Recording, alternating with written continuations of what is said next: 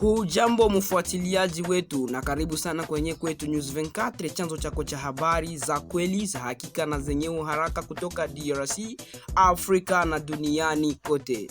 Leo tunakuletea mfululizo habari nzito za kiusalama, kisiasa na kiafya zinazogusa moja kwa moja hali halisi ya wananchi wetu.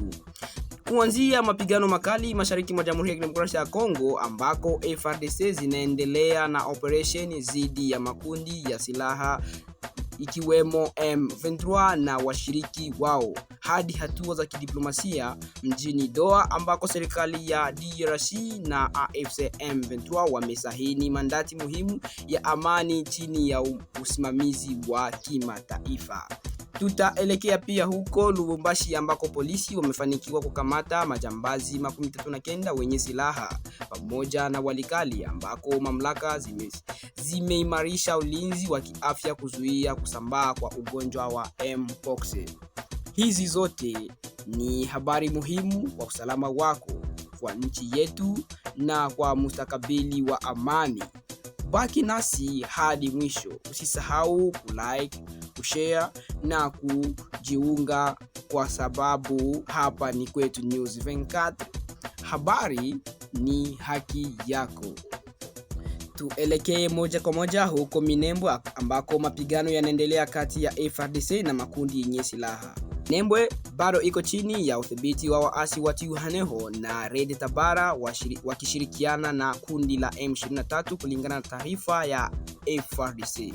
Akizungumza Jumanne hii mjini Uvira, msemaji wa FARDC kutoka Operation Sukola Sud Kivu, Lieutenant Mbui, amesema kuwa mapigano yanaendelea kwa lengo la kurejesha udhibiti wa eneo hilo la mkakati.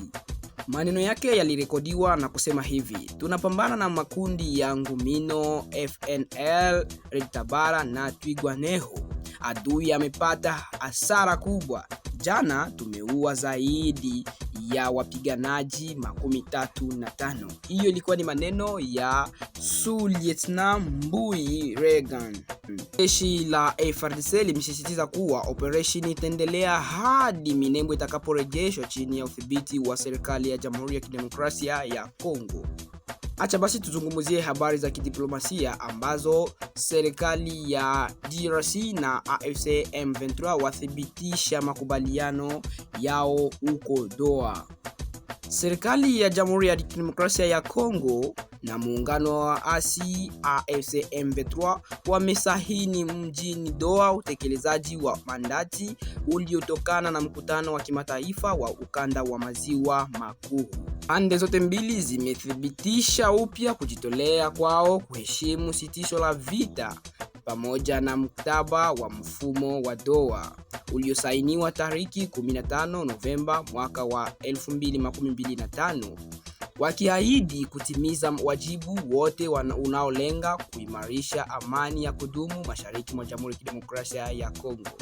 Katika hatua nyingine, MONUSCO imepewa jukumu la kutuma ujumbe maalum mjini Uvira kwa lengo la kufuatia utekelezaji wa sitisho la mapigano. Tayari mifumo ya mawasiliano kati ya wahusika imewekwa ili kuwasaidia ufuatiliaji huo.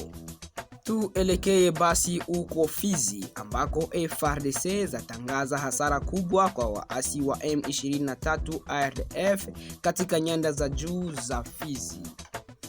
Leo tunakupeleka katika nyanda za juu za eneo la Fizi mkoani Sud Kivu ambako jeshi la FARDC limetangaza kuwapatia hasara kubwa za kibinadamu na kijeshi waasi wa M23 RDF baada ya mapigano makali yaliyochukua muda wa siku 5 mfululizo.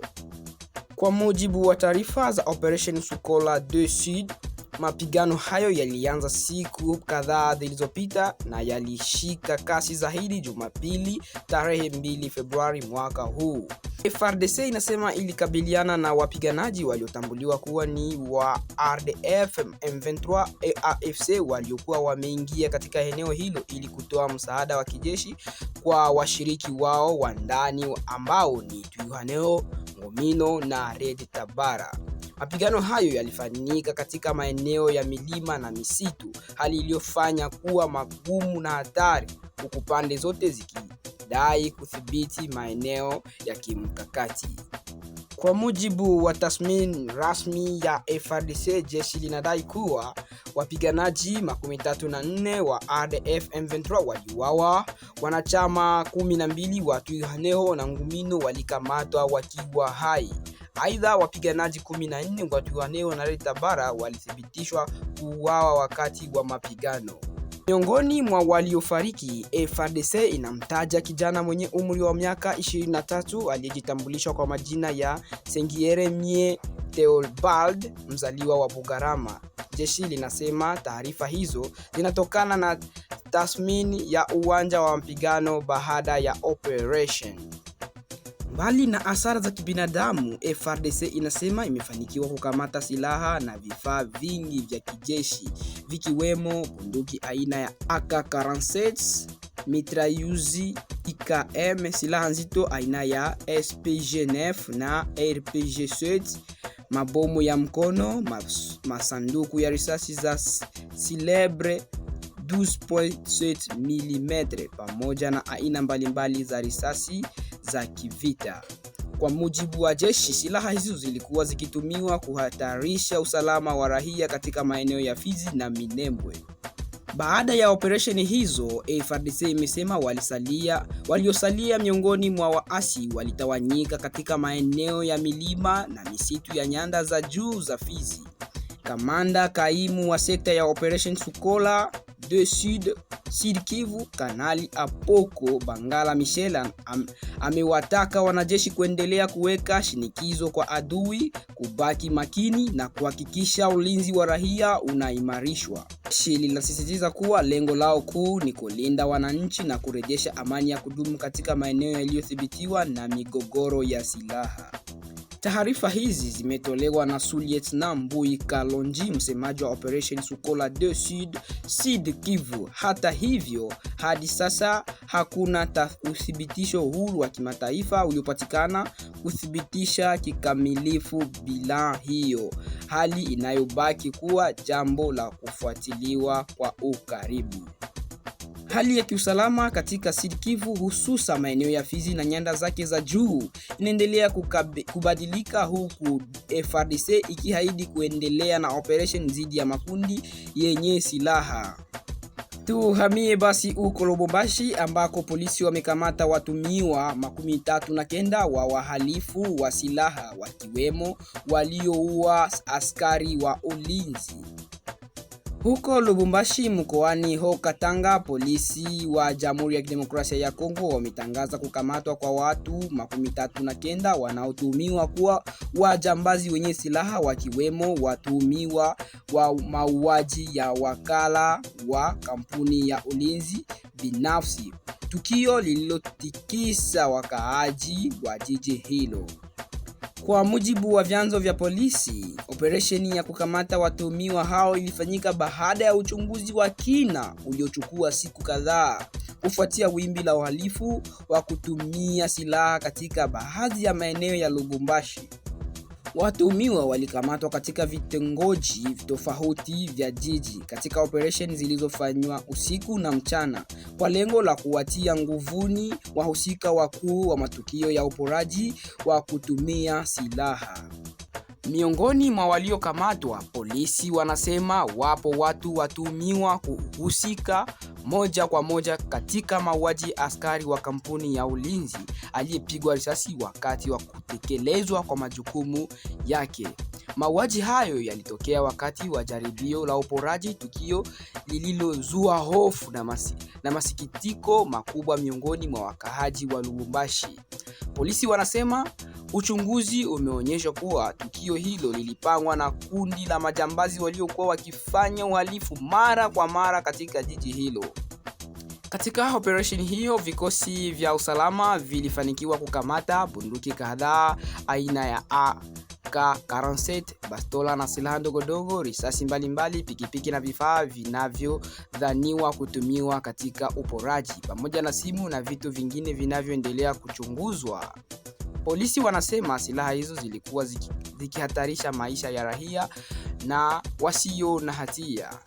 Akizungumza na waandishi wa habari, afisa mmoja waandamizi wa polisi anasema, hatutaacha nafasi kwa wahalifu. Operesheni hizi zitaendelea hadi amani irejee kikamilifu mjini Lubumbashi. Polisi wametoa wito kwa wananchi kutoa ushirikiano kwa vikosi vya usalama, kuripoti watu au mienendo inayotia shaka na kuepuka kujihusisha na vitendo vya uhalifu. Watuhumiwa hao 39 wanatarajiwa kufikishwa mbele ya vyombo vya sheria ili kujibu mashtaka yanayowakabili yakiwemo mauaji, uporaji na kutumia silaha, umiliki haramu wa silaha. Polisi wanasisitiza kuwa haki inachukua mkondo wake kwa kuzingatia sheria za nchi. Kukamatwa kwa watuhumiwa hao kunatajwa kuwa hatua muhimu katika kurejesha usalama mjini Lubumbashi, huku mamlaka zikiahidi kuendelea na mapambano dhidi ya uhalifu wa silaha. Acha basi tuelekee huko Walikale ambako mamlaka zazidisha ulinzi wa kuzuia ugonjwa wa Mpox. Huko Walikale mkoani Nord Kivu, mamlaka za afya na usalama zimeimarisha ufuatiliaji na udhibiti katika eneo la Loso kwa lengo la kuizuia kuenea kwa ugonjwa wa Mpox kufuatia na kugundulika kwa visa 7 vilivyothibitishwa huko Lubutu. Kwa mujibu wa taarifa za mamlaka za afya, visa hivyo visaba vya Mpox vimeripotiwa katika eneo la Lubutu, hali iliyozua wasiwasi, huku hatari ya kusambaa kwa ugonjwa huo kwenda eneo jirani ikiwemo Walikale kutokana na mwingiliano mkuu wa kijamii na kibiashara kati ya wakaaji wa eneo hiyo. Kukabiliana na hali hiyo, mamlaka zimechukua hatua kadhaa zikiwemo kuimarisha vituo vya uchunguzaji wa afya katika Loso, kukagua wasafiri na wafanyabiashara wanaoingia na kutoka, kusambaza taarifa za kinga kwa jamii na kuongeza ushirikiano kati ya huduma za afya, uhamishaji na vikosi vya usalama. Hatua hizo zinalenga kugundua mapema dalili za ugonjwa huo na kuzuia kuenea kwake. Basi ugonjwa huo wa Mpox ni nini? Ugonjwa huo ambao awali ulijulikana kama monkeypox ni ugonjwa wa virusi unaoambukizwa kupitia kugusana pamoja na mtu aliyeambukizwa, majeraha au majimaji ya mwilini, vitu vinavyofuatiwa kama nguo na shuka. Dalili zake ni pamoja na homa, maumivu ya kichwa, uchovu mkali, upele au malengelenge kwenye ngozi. Mamlaka zimesisitiza umuhimu wa kufuata huduma ya kiafya mapema endapo dalili zitajitokeza. Mamlaka za kiafya zimewataka wakaaji wa Walikale na maeneo ya karibu kuepuka kugusana bila tahadhari na watu wenye dalili, kudumisha usafi wa mikono, kuripoti haraka visa vinavyoshukiwa au kufuatia maelezo ya wataalamu wa kiafya. Wananchi pia wanatakiwa kuepuka hofu na badala yake kuchukua tahadhari zinazopendekezwa na madaktari. Kwa sasa hakuna visa vilivyoripotiwa Loso, lakini ufuatiliaji unaendelea ili kuhakikisha ugonjwa wa Mpox hauingii katika eneo hilo la Walikale. Tutazidi kukujuza na kukufahamisha kadiri habari zitakavyoendelea kutufikia na kiwa mabadiliko yoyote. Karibu sana na usisahau kushare, kucomment pamoja na kusubscribe kwenye channel yetu. Karibu.